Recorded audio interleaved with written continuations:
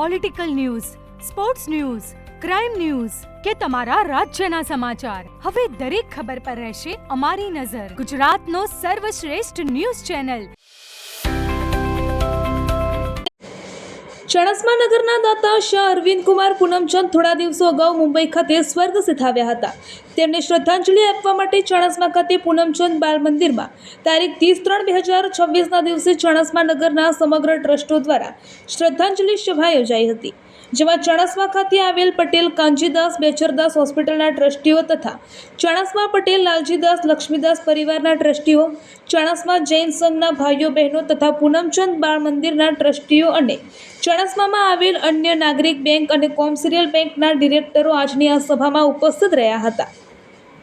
અરવિંદભાઈ શાહ માટે બધા જ ટ્રસ્ટો દ્વારા એમ જણાવવામાં આવ્યું છે કે અરવિંદભાઈ શાહ ફક્ત જૈન સમાજ માટે જ દાન આપતા હતા એવું નથી, પરંતુ તેઓ ચાણસ્મામાં આવેલી KB general hospital, Laljidas Laxmidas trust, Chanasma પાંજરાપોળ, ચાણસ્મા રોટલાઘર, શાળાઓ બધી જ જગ્યાએ એમને યોગ્ય દાન આપ્યું છે, પોતાનો સમય આપેલો છે અને દરેક સંસ્થાઓને આગળ લઈ જવા માટે સારું કાર્ય કર્યું છે.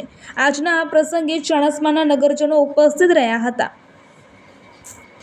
અને અરવિંદભાઈ શાહ દ્વારા ચાણસ્મામાં આપવામાં આવેલ દાન હોસ્પિટલમાં અત્યાર સુધી લગભગ 80 લાખ રૂપિયા જેટલું દાન એમને આપ્યું છે અને ગામની અન્ય સંસ્થાઓમાં પણ 20 લાખથી પણ વધારે દાન આપી ચૂક્યા છે. આવા દાનવીર સર્ગે સિધાવાથી ચાણસ્મા ગામમાં અને ચાણસ્મા જૈન સંઘમાં એક મોટી ખોટ પડી છે. આજના દિવસે એમનો પરિવાર પણ હાજર રહ્યો હતો અને શ્રદ્ધાંજલિ પૂર્ણ થયા બાદ પરિવારે દરેકનો આભાર માન્યો હતો. રિપોર્ટર ચેતન શાહ સાથે જયકિશન પટેલ. કાકાએ ચાણસ્મા ગામની અંદર ભેદભાવ વગર દરેક સંસ્થાની અંદર દાન આપેલું છે. આપણી હોસ્પિટલમાં પણ ઘણું દાન આપ્યું છે.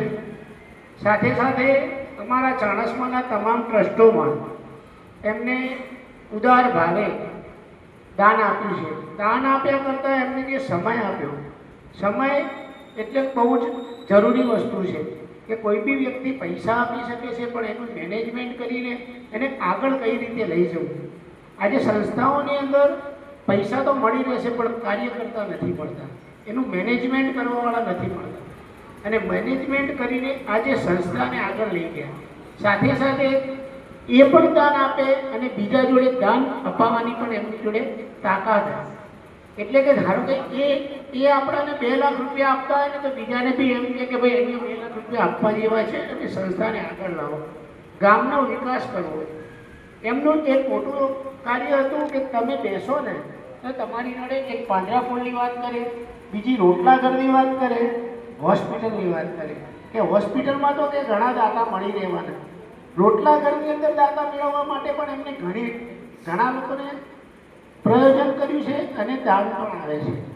અમારા જૈનોમાં પણ અત્યારે કોઈ પણ વ્યક્તિ મરી જાય ને તો રોટલાઘરની અંદર પૈસા પહેલાં મોકલતા હોય છે, ચાહે બોમ્બે હોય, સુરત હોય કે ગમે તે હોય.